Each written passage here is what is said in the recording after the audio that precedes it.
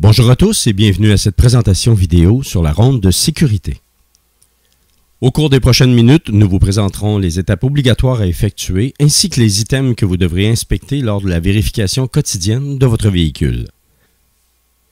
La nouvelle ronde de sécurité que l'on appelait la vérification avant départ permettra aux conducteurs de véhicules lourds, d'autobus et minibus scolaires ainsi qu'aux conducteurs d'autocars d'être en règle avec la norme canadienne en matière d'inspection quotidienne du véhicule, chaque province ayant adopté un règlement similaire pour l'ensemble du territoire canadien. Le but de la ronde de sécurité est de s'assurer que les principales composantes du véhicule sont en bon état, que l'entreprise qui possède et exploite le véhicule est informée des réparations effectuées et qu'aucun des véhicules présentant une défectuosité majeure ne circule sur nos routes. Avant tout, nous verrons l'ensemble des systèmes qui doivent être vérifiés, la particularité de chacun d'eux et les changements depuis l'adoption du nouveau règlement par l'Assemblée nationale du Québec. Vous remarquerez que certaines défectuosités qui étaient considérées comme étant mineures sont maintenant des défectuosités majeures. Avec la nouvelle réglementation, la fréquence des inspections demeure la même, c'est-à-dire qu'à chaque fois que vous démarrez avec le véhicule, celui-ci doit avoir été vérifié au cours des 24 dernières heures. Comme avec l'ancienne réglementation, dans l'éventualité où il y aurait une défectuosité mineure, vous devez en aviser l'exploitant dès que possible et celui-ci aura 48 heures pour effectuer la réparation. Il est à noter que le délai de 48 heures débute le soir à minuit et que l'entreprise aura 2 jours ouvrables complets pour effectuer la réparation. Toutefois, si la défectuosité s'avérait majeure, il est interdit de circuler avec le véhicule. Avant même de commencer, voici la liste des systèmes qui devront être vérifiés à chaque fois que vous effectuerez la ronde de sécurité. Vous devrez alors vérifier le châssis et la carrosserie, le chauffage et le dégivrage, les commandes du conducteur, la direction, les essuie-glaces et le lave-glace, le matériel d'urgence, les phares et l'ensemble de l'éclairage, les pneus, les portières et autres essuies, les rétroviseurs et vitrages, les roues, moyeux et pièces de fixation, le siège du conducteur, la suspension, l'alimentation en carburant, le système d'échappement, les freins, les équipements liés au transport de personnes. Pour chacun des systèmes, vous devrez vous référer à l'aide-mémoire qui vous sera fournie par votre employeur afin d'identifier les défectuosités mineures ou majeures. Commençons immédiatement. La première étape est l'approche du véhicule. Vérifiez l'état général de l'autobus scolaire afin de déceler des indices de défectuosité. Vérifiez la présence de liquide au sol, l'affaissement du véhicule, les roues non parallèles, le déplacement d'un essieu, une fuite d'air ou encore un des éléments de la carrosserie serait endommagé ou absent. Toute situation ou anomalie qui pourrait vous donner un indice quant à une défectuosité quelconque. Et de vous rendre du côté gauche du véhicule afin de vérifier si le bras d'arrêt escamotable n'est pas bloqué et si le clignotant latéral situé sur le côté gauche de l'autobus fonctionne normalement. Puis, rendez-vous à l'avant de l'autobus pour en ouvrir le capot afin d'entamer la deuxième étape. Sous le capot, vérifiez le niveau d'huile moteur et du réservoir d'antigel ainsi que celui du liquide de lave-glace. Ensuite, vérifiez le niveau du liquide servant au fonctionnement de la servo-direction. Si le niveau de liquide de la servo-direction est plus bas que celui prescrit par le fabricant, il s'agit d'une défectuosité mineure.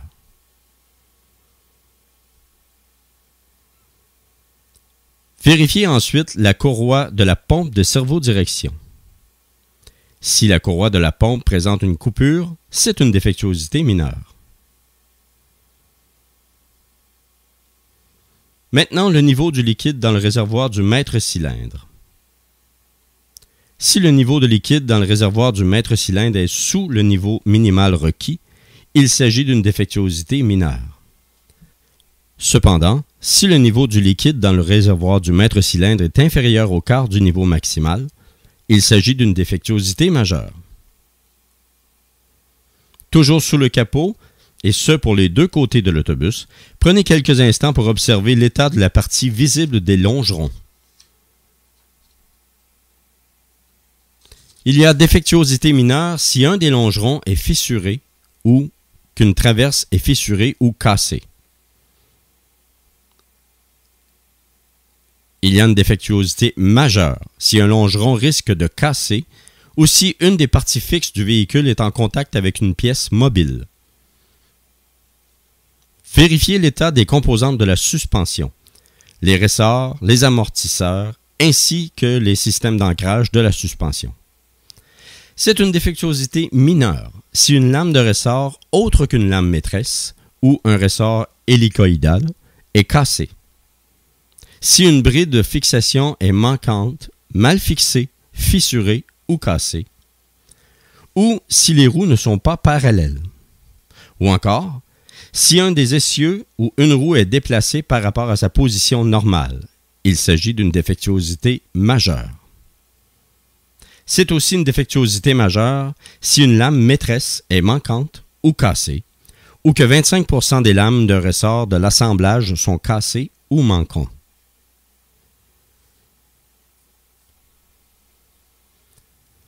Si une lame de ressort ou un ressort hélicoïdal est déplacé et vient en contact avec une pièce en mouvement, ou qu'un ressort hélicoïdal est cassé au point que le véhicule est affaissé complètement où se situe ce ressort, c'est aussi une défectuosité majeure. Toujours sur le capot, vérifiez l'état des conduits du système de freinage, les pneus et les valves.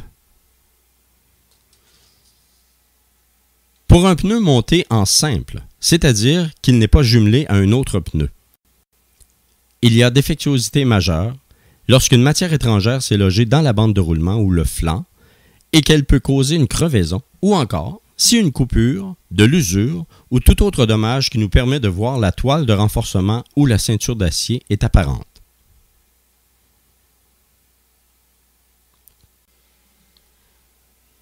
Pour tous les pneus, qu'ils soient simples ou jumelés, si un pneu touche à une partie fixe du véhicule ou s'il présente une fuite d'air ou qu'il est à plat, qu'il présente un renflement relié à un défaut de la carcasse, il s'agit aussi d'une défectuosité majeure.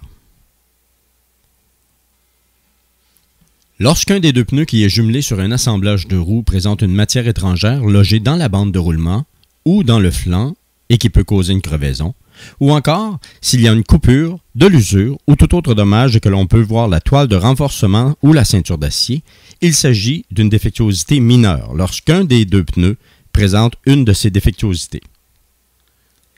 Et toujours en ce qui concerne les pneus, si celui-ci présente une déformation anormale, une bande de roulement où le caoutchouc du flanc est séparé de la carcasse d'un pneu, il s'agit d'une défectuosité mineure. Même chose si la valve d'un pneu est usée ou endommagée, il s'agit aussi d'une défectuosité mineure. Vérifiez également les roues ainsi que toutes les pièces de leur système de fixation. Il y a défectuosité majeure si une pièce de fixation est manquante, fissurée, cassée ou mal fixée, ou encore si une roue est endommagée ou porte une marque de réparation par soudage. Refermez le capot et montez à bord de l'autobus pour la troisième étape. En montant, vérifiez l'état des marches de l'habitacle. Il y a défectuosité mineure si le plancher ou les marches de l'habitacle sont endommagées. Vérifiez également la présence et la solidité des fixations du matériel d'urgence. Le véhicule doit être équipé de 3 triangles réflecteurs, d'un extincteur chimique et d'une trousse de premiers soins. Si un des éléments est manquant, il s'agit d'une infraction qui pourrait se traduire par une amende au propriétaire du véhicule. Toutefois, si l'équipement de sécurité est mal fixé, il s'agit alors d'une défectuosité mineure. Il se peut que vos triangles réflecteurs soient dans le boîtier sous le dernier siège de l'autobus. Si c'est le cas, vous pourrez les vérifier lors de l'étape 5. Il y a défectuosité mineure si la trousse de premiers soins requise par la loi est mal fixée ou difficilement accessible. C'est aussi une défectuosité mineure si l'extincteur chimique requis par la loi est mal fixé, inadéquat ou difficilement accessible. Passons au poste de conduite pour la 4e étape. Ajuster le siège à la position désirée. Il s'agit d'une défectuosité mineure si le siège du conducteur est inadéquat ou ne demeure pas dans la position choisie.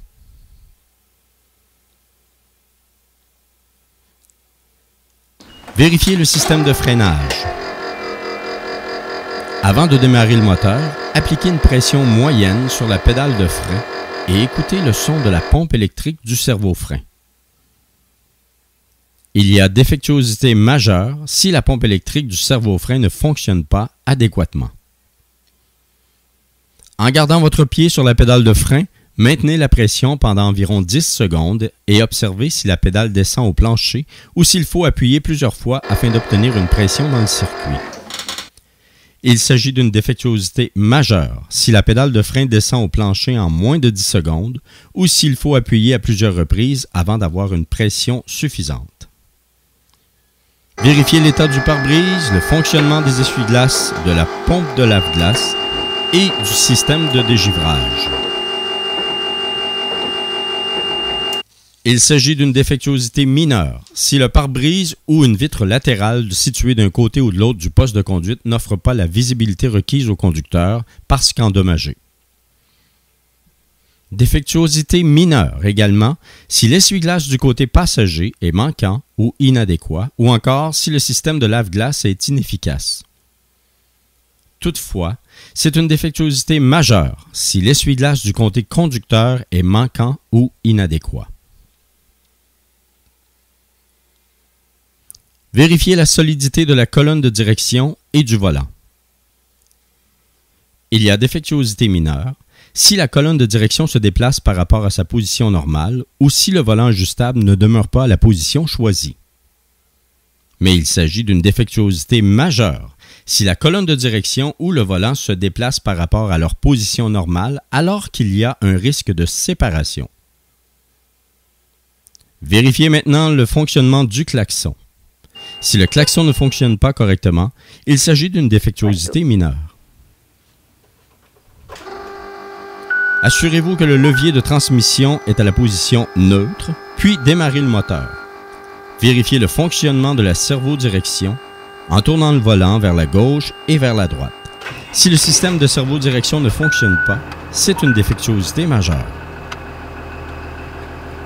Ensuite, vérifiez si le frein de stationnement retient le véhicule lorsque vous tenez la révolution moteur à environ 1000 tours par minute pendant quelques secondes. Desserrez le frein de stationnement et assurez-vous que les roues se libèrent facilement en bougeant légèrement le véhicule. Il y a défectuosité mineure si le frein de stationnement ne fonctionne pas correctement. Avant de passer à la prochaine étape, faites monter la révolution moteur et vérifiez si l'accélérateur revient à sa position initiale lorsque vous le relâchez. Il y a défectuosité majeure si le moteur ne revient pas au ralenti après le relâchement de l'accélérateur. Pour l'étape 5, vous devrez fermer la porte d'entrée et actionner les commandes du système d'éclairage, soit les phares, les feux de position, les feux jaunes de présignalement ainsi que le clignotant gauche de l'autobus. À l'aide des rétroviseurs avant, assurez-vous que les feux jaunes de présignalement fonctionnent à l'avant du véhicule. Il y a défectuosité mineure si l'un des feux jaunes de présignalement ne s'allume pas lorsqu'il est actionné. En vous rendant vers l'arrière de l'autobus, si celui-ci est équipé de porte-bagages intérieurs, vérifiez la solidité et l'état des panneaux de protecteurs. Si un porte-bagages supérieur ou compartiment à bagages supérieur est mal fixé ou ne peut retenir les bagages ou encore si un des panneaux protecteurs est mal fixé, il s'agit d'une défectuosité mineure. Vérifiez la solidité des sièges des passagers, l'adhérence du plancher antidérapant, ainsi que les sorties de secours latérales. Si une des banquettes des passagers est inadéquate ou si le plancher est endommagé, il s'agit d'une défectuosité mineure. Assurez-vous que les alarmes de sortie de secours latérales fonctionnent normalement et que vous pouvez les ouvrir facilement. Il y a défectuosité mineure si l'alarme d'une sortie du secours latéral ne fonctionne pas. Toutefois, il s'agit d'une défectuosité majeure si une des sorties de secours est obstruée ou si elle ne s'ouvre pas facilement. Rendez-vous jusqu'à la porte de secours arrière et ouvrez-la et écoutez si l'alarme fonctionne normalement. Il y a défectuosité majeure si la porte de secours est inadéquate, ne s'ouvre pas ou si son avertisseur sonore ne fonctionne pas. Vérifiez également le fonctionnement des feux jaunes de présignalement et le feu de changement de direction gauche-arrière. Il y a défectuosité mineure si l'un des feux jaunes de présignalement ne s'allume pas lorsqu'il est actionné. En ce qui concerne le feu de changement de direction, il s'agit d'une défectuosité majeure si un des deux feux de changement de direction arrière ne fonctionne pas. Si les triangles réflecteurs sont à l'arrière, en vérifiez leur présence et la solidité du boîtier. Il y a défectuosité mineure si le boîtier est mal fixé ou ne retient pas bien les triangles réflecteurs. Toutefois, si ces triangles ne sont pas dans l'autobus, c'est une infraction pour le propriétaire de l'autobus. En revenant vers l'avant, vérifiez si les sièges sont endommagés ou mal fixés. Revenu à l'avant du véhicule, actionnez le clignotant droit, puis ouvrez la porte pour descendre et effectuer les étapes 6, 7 et 8. Étape 6, devant le véhicule. Placez-vous face au véhicule à l'avant. Vérifiez les affiches et colliers, les feux d'identification, les feux rouges intermittents, les rétroviseurs, les phares de croisement ainsi que les feux de position et de changement de direction. Si l'un des feux intermittents d'un autobus scolaire ne s'allume pas, il s'agit d'une défectuosité mineure. Toutefois, si les deux feux rouges intermittents ne s'allument pas, vous ne pouvez faire monter ou descendre des écoliers. Il y a défectuosité mineure si un des rétroviseurs extérieurs requis par la loi est manquant, endommagé ou ne peut être ajusté et demeurer à la position choisie, ou encore s'il est mal fixé et qu'il présente une arête vive. Si un feu d'identification, un feu de position, un feu de changement de direction avant ou un des phares de croisement ne s'allume pas, il s'agit d'une défectuosité mineure. Mais si aucun phare de croisement ne s'allume, il s'agit alors d'une défectuosité majeure. L'étape 7, côté gauche de l'autobus. Vérifiez le panneau d'arrêt escamotable ainsi que les feux alternatifs qui y sont installés. Il y a défectuosité mineure si le panneau d'arrêt ne fonctionne pas correctement ou si un de ces feux clignotants ne s'allume pas. Vérifiez également les éléments fixes de la carrosserie ainsi que les portières des compartiments à bagages et du compartiment des batteries et tout autre compartiment auxiliaire. Si une porte extérieure d'un compartiment à bagages ou d'un compartiment auxiliaire est inadéquate ou mal fixée au véhicule routier, il s'agit d'une défectuosité mineure. S'ils sont accessibles, vérifiez sous le châssis les longerons, les traverses, le système d'échappement, les éléments de la suspension, les pneus et les valves arrière ainsi que les roues et les pièces de fixation. Si un des longerons est fissuré et qu'une traverse est fissurée ou cassée ou encore, si un des éléments fixes de la carrosserie est absent ou mal fixé, il s'agit d'une défectuosité mineure. Si un longeron risque de casser ou si une traverse est affaissée et qu'elle provoque le contact d'une pièce mobile avec la carrosserie, il s'agit d'une défectuosité majeure. Toujours sous le véhicule, s'il y a une fuite de gaz d'échappement ailleurs qu'aux endroits prévus lors de la fabrication, il s'agit d'une défectuosité mineure. Si une pièce de fixation est manquante, fissurée, cassée ou mal fixée, ou encore si une roue est endommagée ou porte une marque de réparation par soudage, il s'agit d'une défectuosité majeure.